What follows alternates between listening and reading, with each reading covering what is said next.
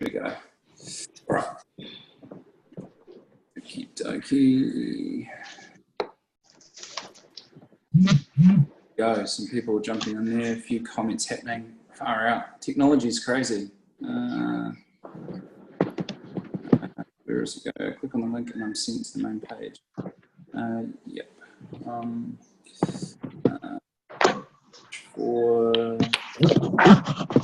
Sorry, guys. 1 5 9 7. All right. Okie dokie. Okay. Well, I think some other people might just jump in as we go along. But anyway, what I thought we would do, just to kind of kick this off, so just kind of give you guys a bit of an intro.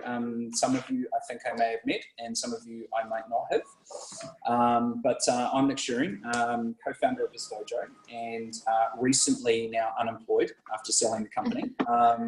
And so just kind of finding my feet in this sort of post co-working kind of world. And so last year was pretty grunty for us as an organization. I think we went from about 20 staff to 55,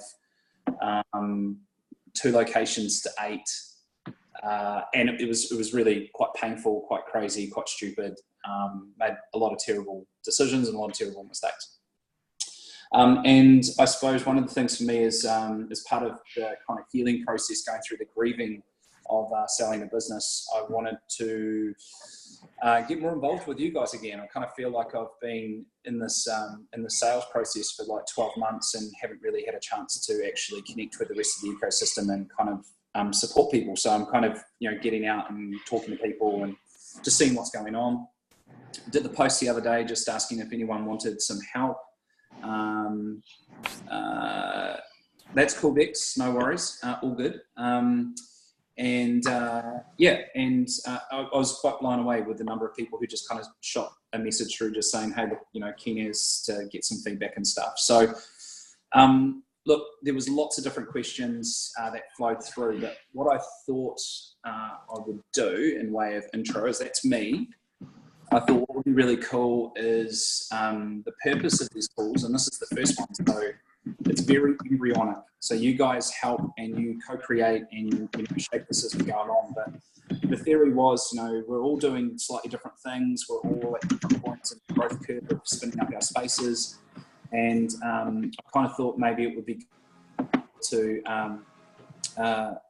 hey, Judy, what I might do is I might just mute your end. I think we're getting a bit of... sorry. Yep. No, that's all right. That's all right. And so what I was thinking is if we can do these calls, it's really just an opportunity for us as a community, both locally and internationally. Now, I don't know if you guys can see Tara. Tara hasn't introduced herself yet, but she's actually calling us from Aussie. So she's dialed in from Australia. So, be careful. We're taking all of our best ideas, but she does have New Zealand heritage, so we can't really hold that against her. She's probably laughing on the end of her phone. But, why don't we start off by doing a quick intro between all of you and maybe share your name, your space, and where you are in New Zealand or wherever you are in the world, and why you're on this call. Why did you want to join in on this? Who wants to go first? I'll go first. Hi guys, I'm Courtney. Hey Courtney. From Base Station here in Tauranga. I've been working here for 3 months. Woohoo! The events and community assistant. So I work with not only Base Station, the co-working space, but our social enterprise venture centre connected to it. And this call was put on my radar by my boss, Pascal, and I'm just excited to be in a conversation with people who are part of making co-working in New Zealand a thing that's awesome. So, yeah. Well, you should be proud to know that New Zealand kind of, in a lot of ways, we were way ahead of the curve. So co-working was kicking off in New Zealand in a bunch of different ways, well before Australia and well before a lot of other parts of the world. So there's just something kind of inherent in our small little communities in New Zealand that makes co-working such a no-brainer, really. But hey, thank you for sharing that. And what would you hope to get out of this call? If there was one thing that you'd like to be able to go back to Pascal and say, I got this, what do you reckon it would be? I think it would just be hearing how everyone else's is kind of experiencing co-working at the moment and what's going well in their space and stuff. But for me, it's anything I can get out of this call. And then Awesome. just go and be like, exciting, this is happening. Oh, other people are experiencing this. Yeah, so that'd be cool. Awesome, awesome. Who's next? Oh. There's a familiar face. Me? Yeah, go. Hello, I'm Christine and I run the Bridge Street Collective in Nelson. Like Nick said, New Zealand has been doing co-working for a lot longer than the rest of the world. So Galen King is the founder, and he founded the collective in 2011, and we've been running ever since then. Nelson is a very small city if you've been here, so it's great to see the progress even the last 3 years, to see people in Nelson really finding the benefit of working in a co-working space. A lot of people still have that mentality of, oh, I'm going to just save the money and work from home. But people who join the collective, we can see businesses are growing, and we're kind of that bridge for people just to connect to the resources in Nelson. And so my job is to run the building, run the space, and to grow the brand awareness as well. And lots of shared offices have popped up around the city because they started from the collective and they've kind of grown out and started their own space around the city. So yeah, what I look forward to is just connecting more with space operators, people who are passionate about co-working, and meeting new people, growing the network and coming together and just expanding the brand awareness of co-working around New Zealand. So yeah. Awesome. And like, what do you think, just sort of dropping a little bit on what you were saying there. One of the challenges, it's kind of like a double-edged sword of success with a co-working space. You get so good at making these connections with people that they love it so much they decide to go and set up their own.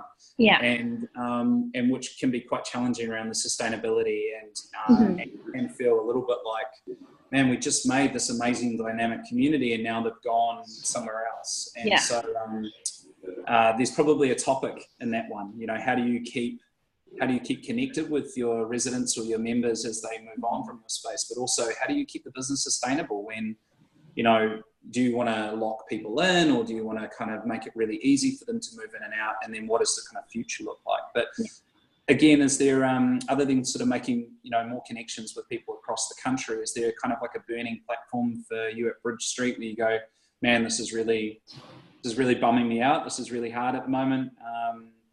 Could be anything. We're definitely having to struggle where people love the concept and they go out. And, we've had, a bit of a situation like that recently where people love the concept, go out and start their own space and slap co-working on it, and it's not co-working. So a little bit of that's going on. Sustainability would be a huge one. Yeah. Cool. Okay, that's awesome. Who's next for this? Judy, do you want to give us the... Yeah, go for it. I think if I unmuted you, I think I've stolen all your privileges. Give me 1 second. And unmute. There you go.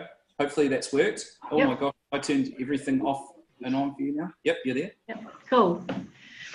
Okay, so hi, I'm from BizSpace in Kirikiri, and so it's a very small little town. And BizSpace started in November last year, more by default. I was looking for a space for myself to work because I didn't want to work at home anymore. And the landlord in a bigger premises that I looked at offered me a really good deal to start this up.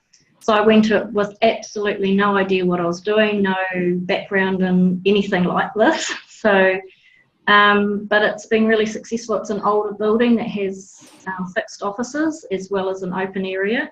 So I've managed since November to fill all the office spaces up with permanent tenants. And I've also got one big boardroom and a meeting room and a smaller open desk area.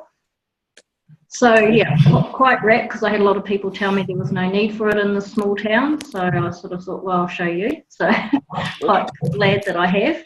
But as I said, no background in doing anything like this at all. So there's been a few challenges for me along the way, but loving it. We've built a really good community. We will do Friday night drinks because we're all people like me who don't get to do things when you work for yourself, which I'm sure you will find. yeah, so for me at the moment, the challenge is trying to promote the meeting rooms, and the offices were easy to fill, but because it's more office-based rather than the open plan, I'm now trying to work out how to promote the open plan and get those people that just want to come in for a few days, or hot desking, or people that don't see they need an office, because it does look more office-based.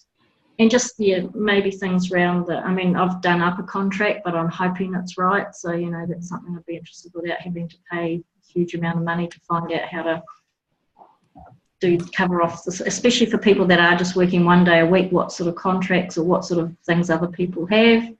Yeah. But yeah, anything generally I can learn, because it's, as I said, it's not, most people have started with a plan, and it's just happened organically, mine. So, yeah.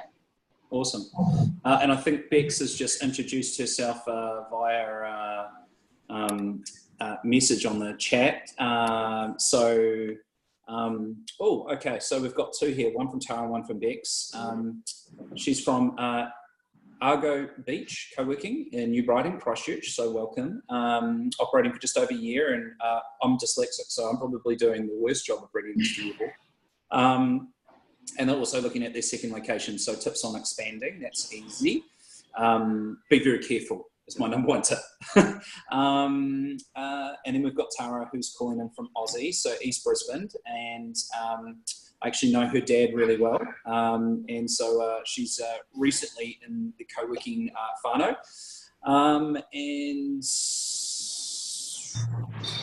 Yeah, I think there's probably similar things as well, which is around, you know, kind of getting that mix of basic stuff right. So now, Matt, you have just snuck in here as well. I see you're muted and camera off. Do you want to give us a little who you are and what you're about, or are you just going to just voyeuristically sit in the background and watch? Hello, Matt. Can you hear us? Maybe he's just going to watch. All right. Well, Matt, please feel free to drop us a message on the chat one, or just jump in if you want to say, oh, there you go. Yes, sorry. Stuck in, I have no camera. My mic is bunged. Sorry. All right. Well, there we go. Well, thank you, Matt, for joining. That's good. So, look, I guess you've all kind of said some pretty similar things, which is around, you know, what's the network, what's going on in New Zealand, how's it shifting, where's the global sort of shift in co-working, future of co-working, how do we get our spaces right as people move out, the sustainability angle, and also I think from Judy's one, it was really around, you know, how do we sell those products and kind of build ourselves towards sustainability. Please feel free, this is like an open conversation, so it's just free-forming. I'm on no timeline here.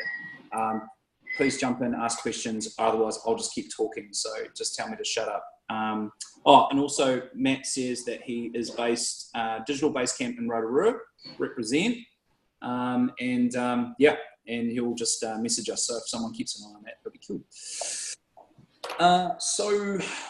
Probably, geez, I'll tell you what, first off, every co-working space is different, and I think one of the challenges, and Christine, I think, you know, the hard one with co-working is like any movement, it's evolving and twisting and turning and really shaping. So like, you know, in the early days, I would have considered co-working to be really small communities, really vibrant, really, you know, like strong groups of people really supporting each other. And now, you know, like even with Dojo in Wellington, 370 residents in the Biz Dojo in Wellington.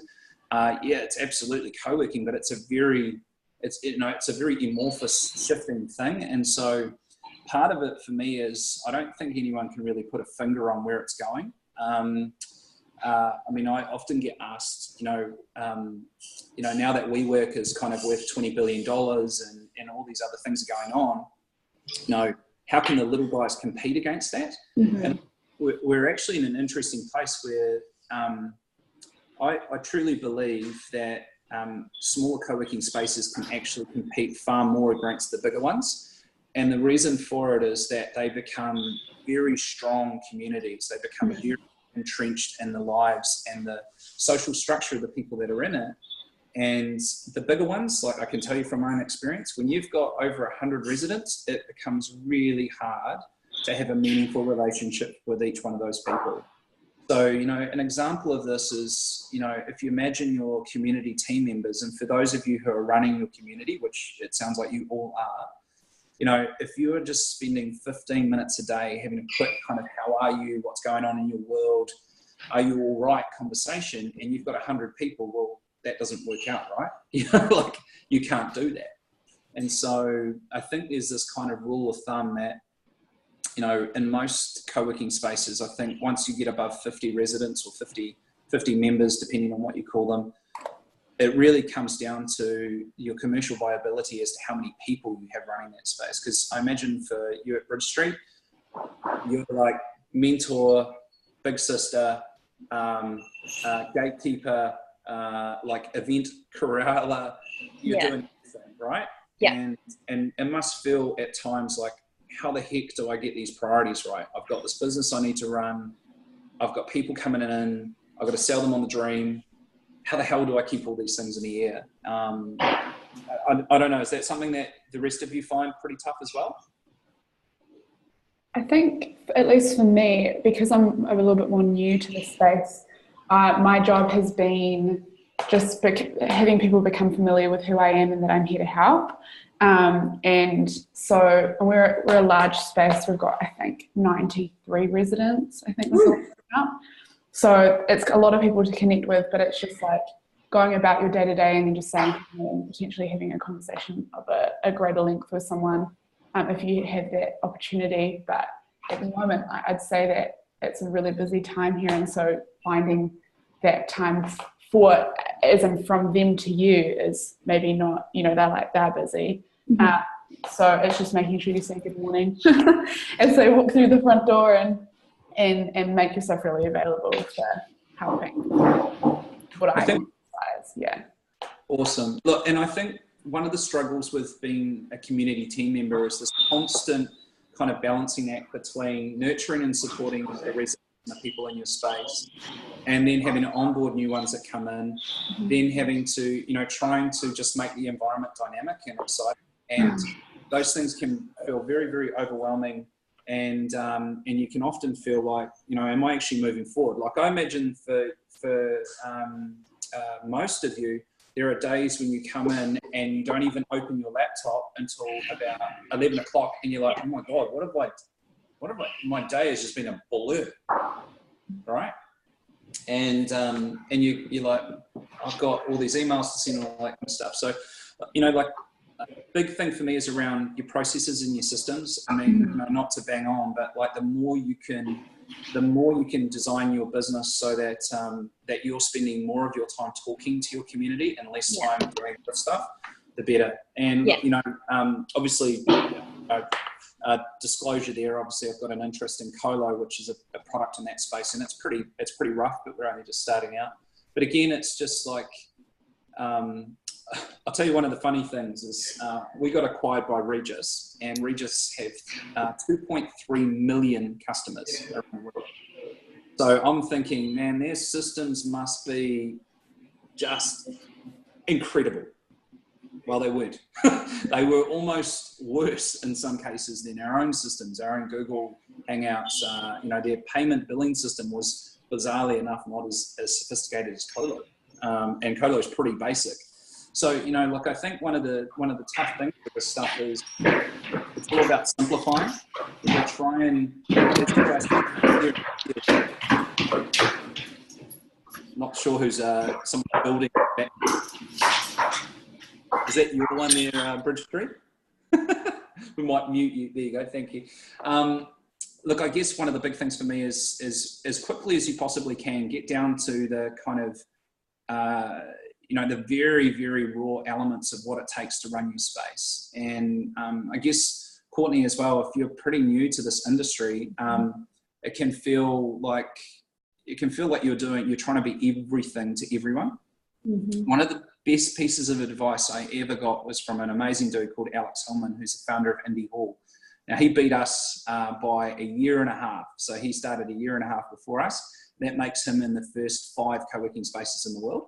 And I think there's only about 20 of us that are still operating from that original kind of time. And one of the best things that Alex ever said to me, and best suggestions, is get out of the road and empower your community to actually take ownership of the space. And what that means is, like, even for Dojo, and Dojo had a lot of staff, you know, we had 5 to 10 staff per location, right? So there's a lot of people doing a lot of things, huge overheads, a lot of costs, all that kind of stuff. What we tried to do is we tried to, and this, again, I'll suggest this to you as well, and you already do it. I guarantee you're already doing it, because I bet every one of you are already discounting to residents, right? You're already providing discounts to people, I'm sure of it. We all kind of do. We give someone a free desk and we do that. So Biz Dojo always had this philosophy, which was called ROI, Return on Community.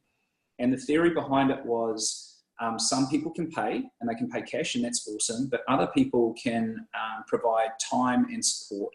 So you might have, and Judy, I'm kind of thinking about you with this one, where you've got your open desk area and you're going, some of the established companies, it makes sense for them to have that space. And then you're kind of going, well, but we've got this space that people drop in for a couple of hours.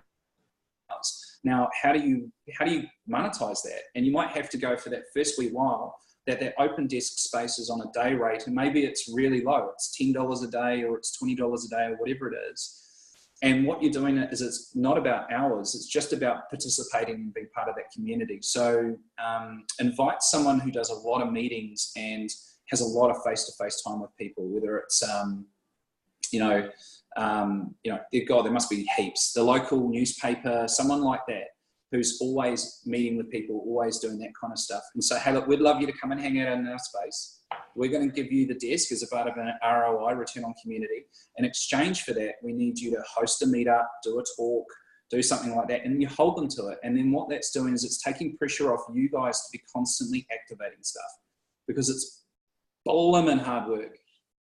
Where we've got that return on community with graphic designers, builders, and social media. Yeah, look, it's really, it can. Now, the key thing here, right, is this is the balancing act between sustainability, financial sustainability, and a dynamic community. It can be really difficult, and I would always err on the side of only doing a certain number of hours a week on the ROC model, because it can get, you can start to feel like, man, I'm giving you a full office, I'm giving you like, $15,000 a year value, and you're not even turning up. And so, think of it that way. One of the other areas too, and I think this is for the smaller communities as well, like you, Jody, is I would look to provide intern space and graduate space. So no doubt you're going to have business owners in the area whose kids have, finished university, come back home, they're trying to work out what they do with their lives, and you provide that space there for them to come and hang out and just drive that vibrancy in that open environment. All of these things make it easier for you to kind of create that stickiness in the space. What else? I mean, Dojo does a heap of stuff like that. We provide sponsorship for high school students. So during certain times of the day, high school students can come and hang out in the space. Anyone who does economic development, or, we give free desks to reporters. So if you're a journalist or a freelance writer or a blogger, and you've got over a set number of subscribers, you can have a free desk in the dojo. But you have to write one article a month on the residents or whatever it is. So there's lots of these little tricks that you can kind of do where you're getting a hell of a lot more value out of that physical space than just renting it to someone. Think of your environment as a platform, and I guess there's some spaces that are a kind of a closed box, and they don't really think of themselves in the city ecosystem. So like, for Bridge Street Collective, if you've got a whole bunch of spaces that have spun up around the city, you being the home point for all the events and meetups, which you're probably already doing, I would say, means that even like it's successful, they're moving out of your space, you're still the epicenter of it. That can be challenging when you think about memberships, but I would compel all of you to start moving towards memberships that are not desk related. They are low barrier memberships, $20 a month or $30 a month. They are participation memberships. So I can just drop in and have a coffee, meet some people, hang out. I can come to a meetup, I can come to an event. because if you can sell 100 of those, sorry, my dog's just barking. Queenie, come here. Yeah, sorry. Come here. I've got a papillon. They're not good dogs. Good guard dogs. Come here. No, she doesn't. She's just staring at me. Sorry, I'm talking a lot. Is that helping? Is there some good suggestions there? Mm-hmm. Cool. Courtney, have you got? You've unmuted, I see. So, have you got any questions or any things that fly through? Bex says yes. Awesome. Yay. No, I don't have any questions currently. I kind of, well, actually, for me, I can hear that you actually are all about engagement, like in that participation effect. Like, apart from offering participation memberships, what are other things that you guys all overall have found has been really good for engaging residents in the community? Oh, look, so I guess this is the interesting thing. And if I was to say there's, sort of a difference between co-working for me and the definition of it for myself versus, say, a serviced office, and it can be achieved with a serviced office. It's around that sense of place and sense of belonging. And for Biz Dojo was always an environment where you should feel like it's home. You should feel like, for all of us, I think at all points we've all been freelancers, right? Self-employed. I'm self-employed again now. And you feel lonely and isolated. And so for me, the dojo community, the thing that we couldn't compete always with infrastructure, fastest internet, coolest looking space. But what we could do is make an environment that felt very safe and very inclusive and very welcoming to people. Oh, look, hello, I can see your face now. You got your camera going. Welcome. And so I guess a big thing for me around those activities, always think about how you can build, everyone understands networking, right? Someone's got a problem and you run networking events, but try and go a little bit deeper than that. So run founder meetup sessions where you get the business owners or the individuals that own a company. And you might say that one event is for people who have staff. So someone who's employing a couple of staff in that area, you get them all together and you do that once a month and you get them to share their stories and their challenges and the opportunities, and you provide just a couple of little bits of nibbles and those kind of things, and like that stuff starts to really build.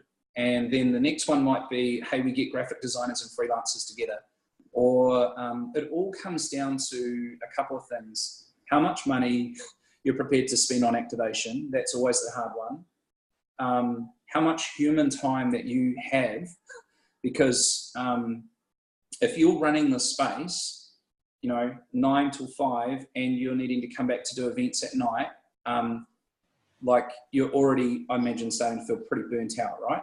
And that's really, really tough. So the faster you can start to go, hey, look, our space is operating 7 days a week, and it operates 14 hours a day, and I'm going to work out a sustainable revenue model so that the event space is making money, whether it's the meeting rooms is making money, whatever those things are, so that you can then have the additional head count to support it. You will generate more and you will grow faster. One of the big challenges that Dojo did is we waited too long to hire people, and so I was working absolutely insane, full week, then do startup weekend or weekend, then be trying to do the books at night. It was just, it killed me, absolutely killed me. And it was very unproductive. I should have hired some part-time staff sooner, and we should have, and we would have been far more productive. There was a huge step change. We were like 12 staff nationally, and then we jumped to like 20, and we nearly 200% revenue increase, because we just had enough people to help out with that. Yeah, so Bex has just jumped in and said, that's the challenge for her, because she's kind of doing everything day to day in the space. And look, again, this is not easy stuff that we're talking about. This is challenging, especially if you're not the owner of the space. Judy, I think it's your space, isn't it? But for some of us, if we're the staff member, we're contending with the budgets and the constraints. So look, you're all going to face it, right? So here's the tip. Your community, no matter what you deliver, will want more. They will constantly want more. Think of them as like really lovely children who are used to mum and dad spoiling them, and you buy them that new car and they're like, yeah, this is cool, but now I want a boat, really want a boat. And you're like, oh, I could barely afford the car. Now you want a boat? And it's a bit like that. Your community are always going to push you for more. They're going to say, hey, we need better TVs in the meeting rooms, but I don't want to pay more than $5 a week to use them. And you're like, well, okay.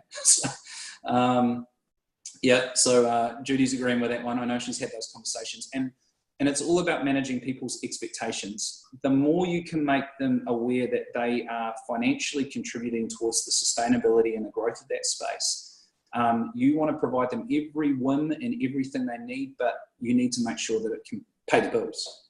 And again, like one of the things I think we need to be super smart about, and I know that in Tauranga, you guys are very, very connected with local tech companies, you're connected with all sorts of partners and providers in the ecosystem, right, that are providing you support as well, Courtney, I think, aren't you?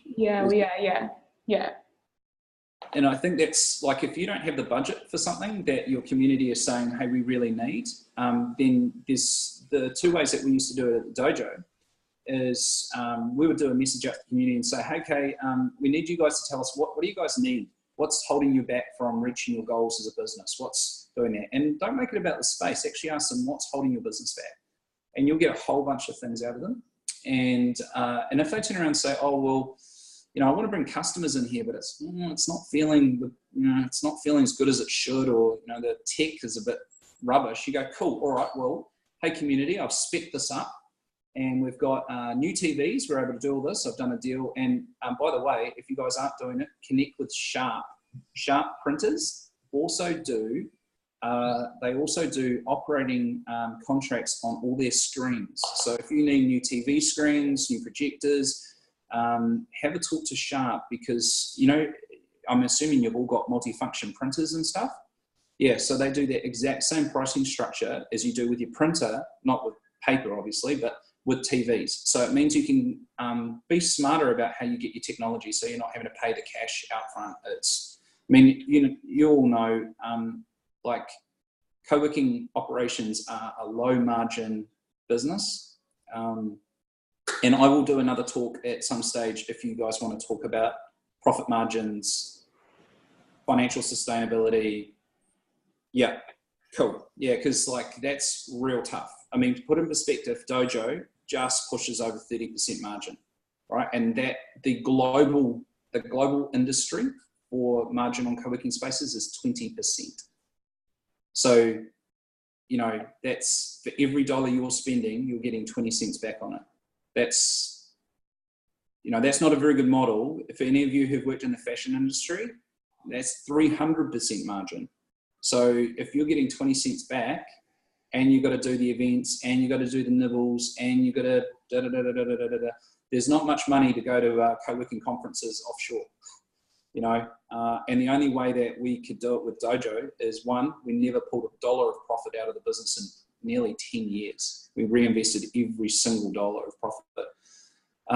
And we just scaled like absolutely insane scale. And if I could do it again, if I wasn't in a restraint of trade that stopped me from doing a co-working space, I would make it really boutique, make it really low barrier entry. So someone could join my community for $20 a month and they might be 18 and have just left high school and been thinking about what they're doing.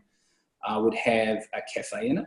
And I know you did this in Bridge Street, but I would have monetized the area around the cafe as well, so that you actually had cafe memberships, not just the revenue from that. And and Judy, this is important for you, make all of your members who are in that community, they are the foundation, they are the co-founders of your space. That is their home. They should proudly say, I'm directly supporting this local ecosystem, and then make sure all of your residents who are paying for permanent desks, especially if they're groups, let them know that they actually contribute towards the sponsored desks. The reason for that is they can actually go out and say they actually sponsor growth in the local ecosystem, they sponsor startups, they sponsor those kind of things, and get them then not only providing that, but a bit of mentoring. So often you've got lots of good companies in there that want to give some support, but they don't even know where to start. And so if you've got a mentor program, then you say to your company that's, renting a corner office at, whatever it is, $2,000 a month, say, hey, by the way, out of your contribution for this office, you support these 2 casual desks, which are for local growing startups. As well as that, we'd love you to participate with a few hours of mentorship a month. No commitment beyond that. And they go, man, this is freaking choice. This is great. I feel like I'm giving something back. So I'm just gonna, Queenie, this is the challenge of working from home, right? My dog is constantly barking at people. Come here. So everyone, this is Queenie. She's a little Papillon Pomeranian. She thinks she's a big dog. So I don't know, how many of you let people bring dogs into your space? There you go. So Dojo would have probably maybe 3 or 4 dogs every day in any of the locations. That took a lot to get used to. We safe to say we had a lot of people whose dogs like peed and pooed around the space. Yeah, you just have to create some policies around that. But it's it's an amazing calming influence in the space, actually having a few dogs and stuff in there, especially if they're the right natured. And one of our community team our community manager in Wellington now, she brings her dog into work every single day. Yeah, it's always there. Oh, look at that. So got a massive outdoor deck. Awesome. Love it. Where else? Was there any other questions because I'm just rambling. So was there anything else here that we wanted to kind of cover off? I'm just checking the comments. Oh, memberships. Would you guys like to have a chat about memberships? Is that something you guys want to talk about? I do have a question. Yep. Because I've got so many ideas bouncing around how I can promote the space. So I do a lot of networking. Like you said, sometimes I don't even open my laptop until it's morning tea time, and I'm just interacting with all the members. And then a couple things I have initiatives is getting some of the local university students coming in for free.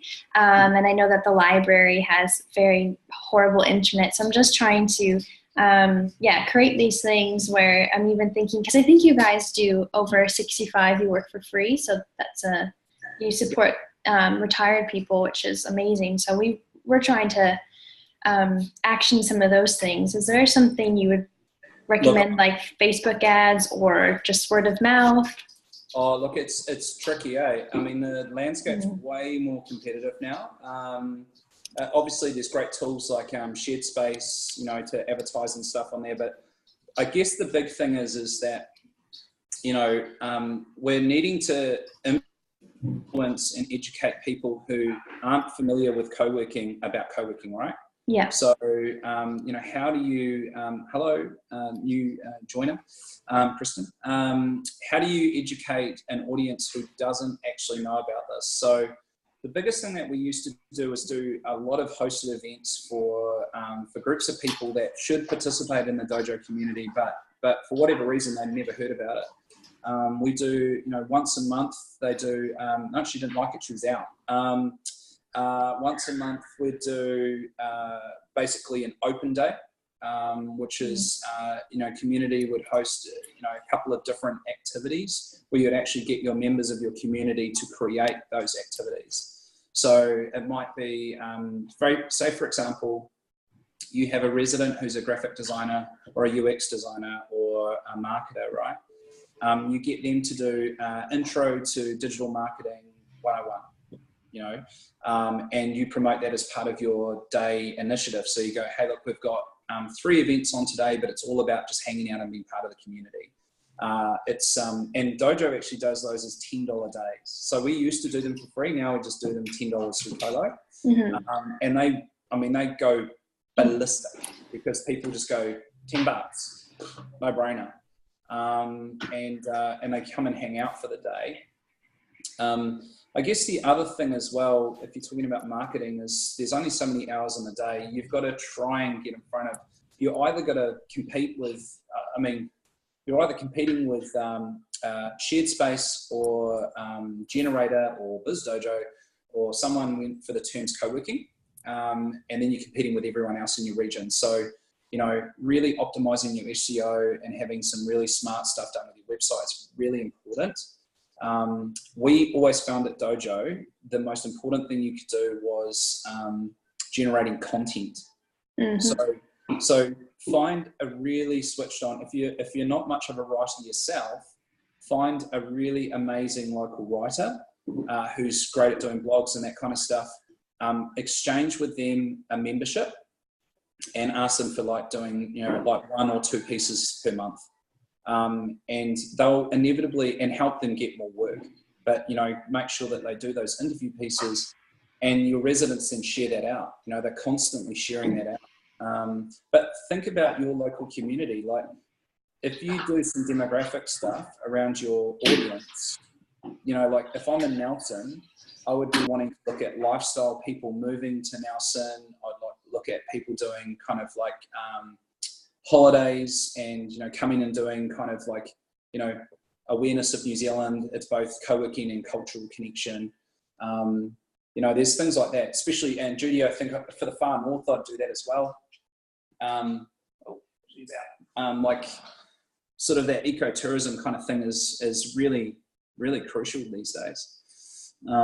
But there's a myriad of things, and now just on memberships.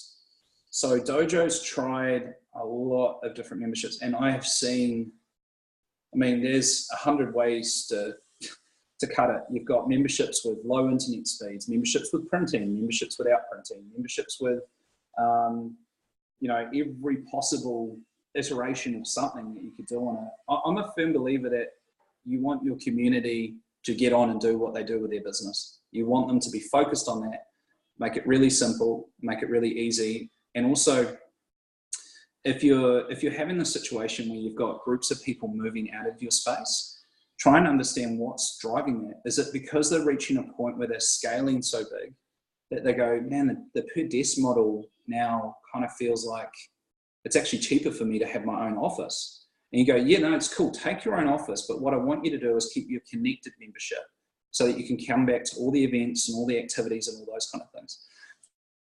Do you know, like, Dojo, we've had 7,000 people work out of the spaces over the years. 7,000. It wasn't until much later we actually twigged onto the fact that we actually should have been charging a membership for people to keep coming back to all the events that we just gave away for free. So, you have to work out a way to make your space sustainable. So, like if you're hosting a heap of events, make those events free for community, for people who are actually working from your space, and then a $10 koha for those who are not. And then for businesses that are in the area, they have to pay $20 or whatever it is. Start educating your community around the fact that this takes money. It costs money to run the space. You do it partly for love, but you also have a rent to pay, and start bringing them on that journey. With your memberships, do you have like a 3-month contract, a yearly contract, where if someone signs up for a year, they get 25% off? Because the reason we had 2 members who left, who basically were approaching different people in here saying, we're going to start our own collective and we're going to charge you, 2 weeks free. And they were just undercutting us. And this is just in the last month. So we're dealing with this. Sorry? That's really tough. Yeah. So, and they were approaching and they're saying we're starting our own collective. It's like, that's what the name is. It's Coworking. So, and now they've approached pretty much everyone through our Slack channels and in our community where they could tap into it.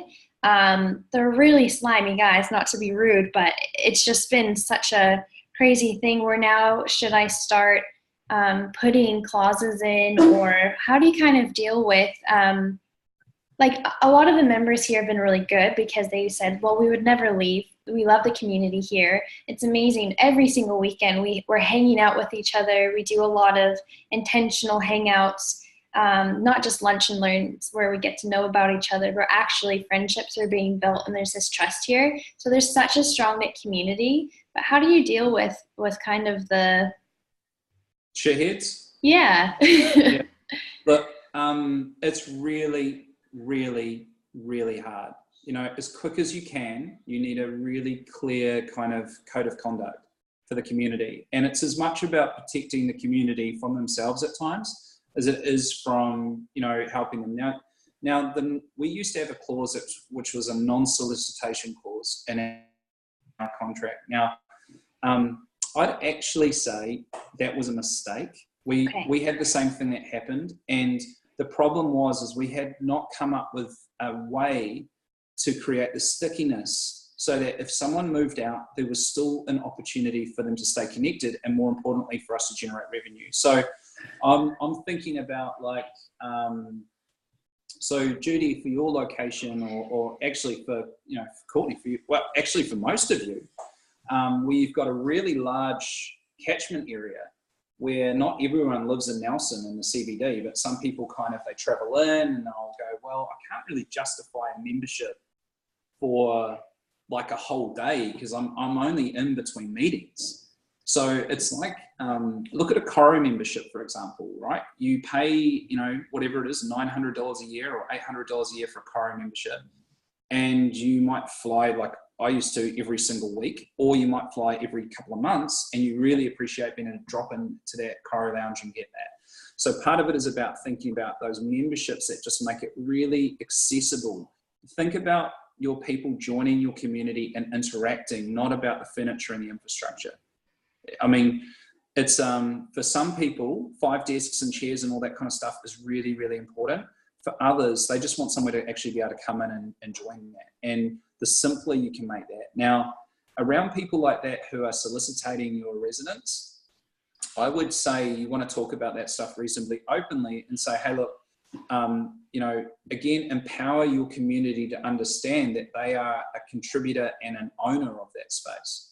I mean, for your small, like, it's a little bit different in a space like Dojo in the center of a city with, you know, 300 residents. Now, for your communities in these smaller regional centers, you know, it's really critical to the survival of the space and that they stay there. Now, if they're needing to move on or move out, you know, part of it is going, hey, look, you know, obviously you guys go and set up a space. That's, you know, that's your prerogative and that's your decision to do that. We'd really appreciate that you don't solicit all of our residents and, you know, and talk about that, you know, because ultimately we're here to invest, you know, create an awesome space.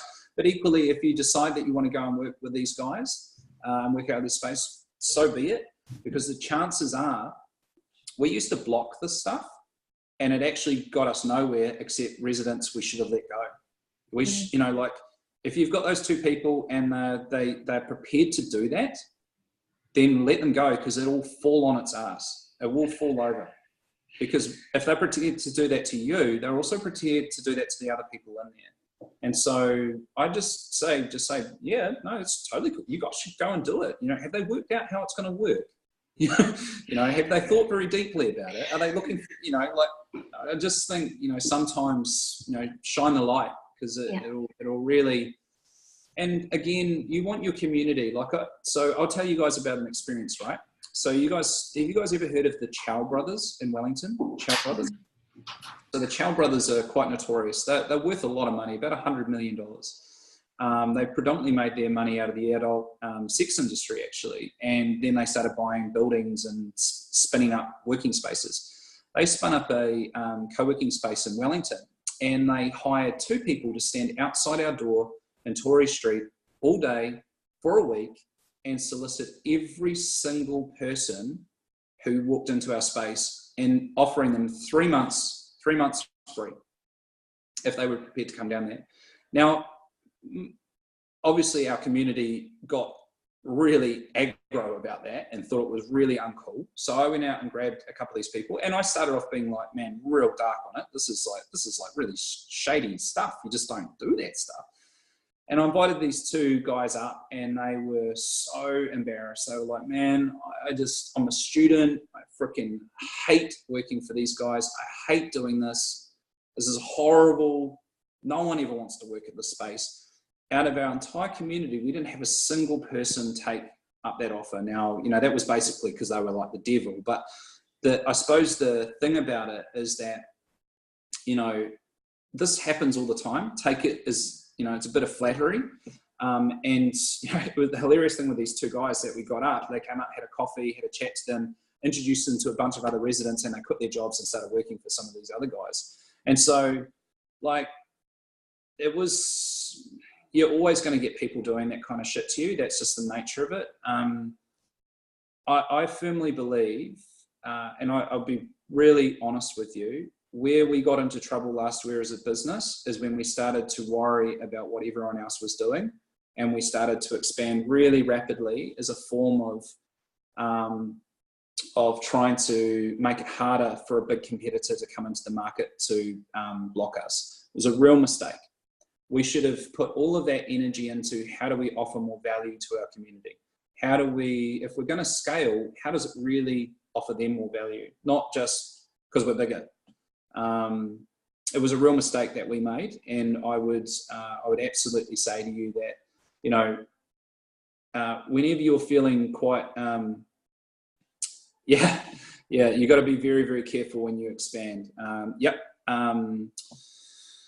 Gosh, I can, and this can go on for days.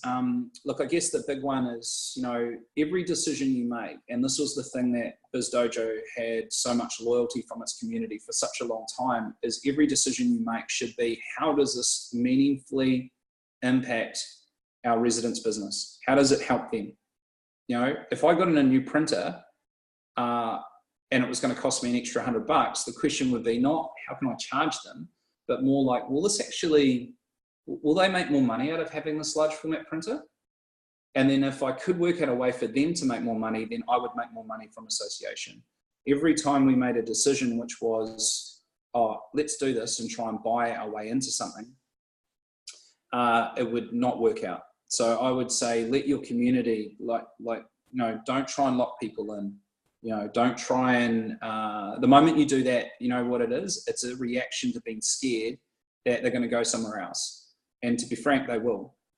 There's a reason that Regis globally has a 12-month contract for their memberships by default. And the reason that I'm no longer at Biz Dojo, so you can read between the lines on that one. And the fact that their retention rates are so bad because someone's locked in, they get to the end of that period and they're like, I'm out. I don't want this anymore, because they've never been sold value, they've been sold control. And so, I'm kind of waffling a little bit. But. No, it's good. I guess you can feel pressure when you're a smaller co-working space to expand, because you do see the Biz Dojos, you do see the WeWorks, and you just think, man, I want that stuff because they have these meditation rooms and they have all of the amazing, gear and stuff. So you can kind of feel that pressure, but it's good. It's a good thought about putting that resources back into what you already have, because the community here is so tight, and it's amazing to see, a very small city really start to be so receptive of co-working space of collaboration. And it is a form of flattery, but it does sting when, they're trying to drag your name through the mud, even though your co-working is about collaborating. We're different spaces meeting on a platform like this, and you're being so transparent about what you've gone through. So yeah, that's really cool. Look, I would say always strive, who was that just jumped in then? Hey Matt, thank you, really appreciate that. And we'll do that call again, man, when you guys have got time.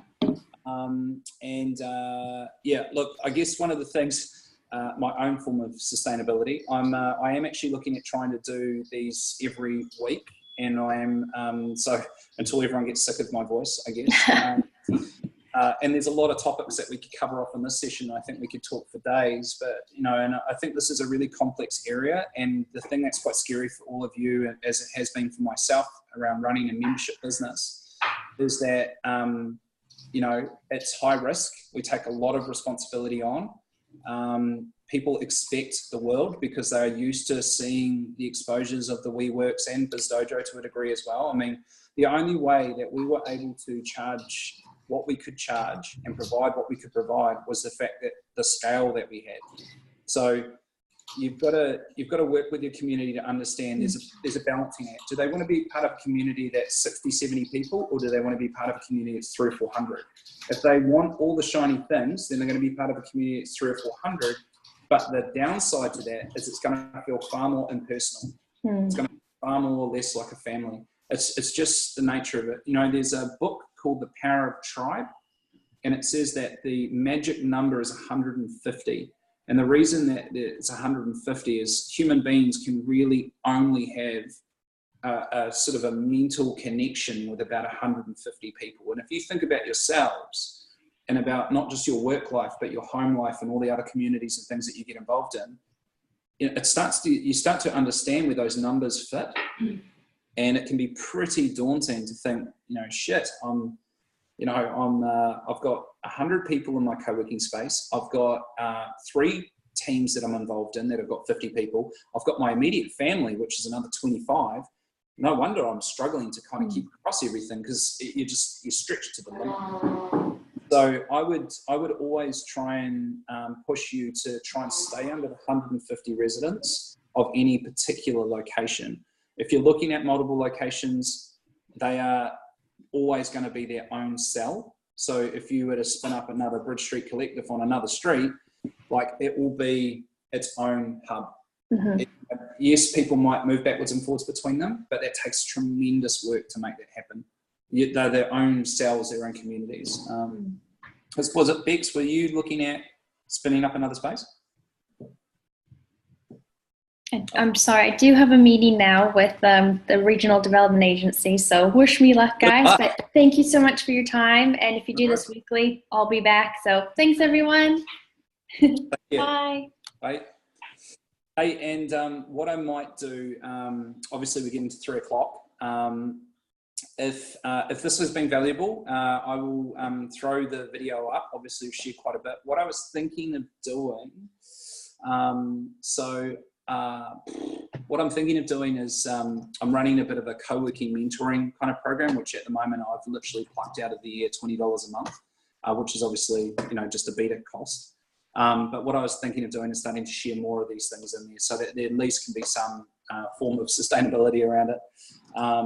But we can do a few more of these and see if you guys want to invest in that. This video is obviously huge, and I will try and throw that up. I think I'll have a talk to Pascal, I think, and see.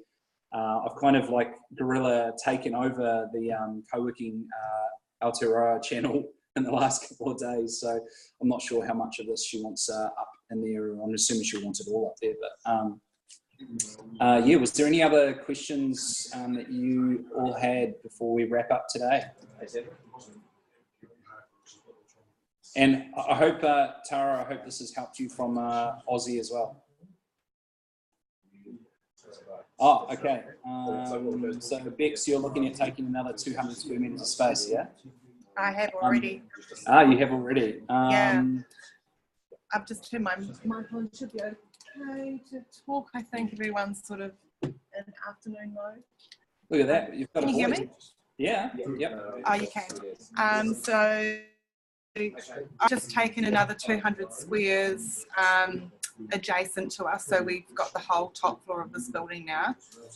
So that's still in like a demo stage. And I've also been in negotiations with some more space in the city.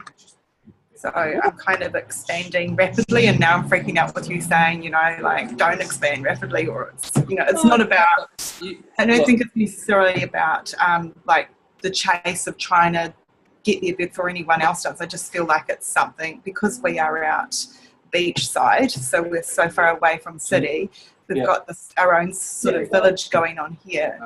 A lot of our members do have appointments and clients that want to be central. So having that flow that they can jump out to city to meet their clients or whatever. But then I guess I heard you say that it's really hard to get people to want to shift between the two spaces. Well, you can, but it requires exceptional curation. So the easiest way to do it is to have 2 event spaces, one at each location, or just one major event space. And you theme each location so that you move people between them. So say you've got 2 campuses, you've got your 2 locations. One is focused towards high growth, global startup. It's like, you know, like bootstrappers, right? So, you know, no permanent desks, all casual hot desking, ceiling on the membership might be $300 a month. Right? And that's one location. The other one is more established businesses, larger teams, companies.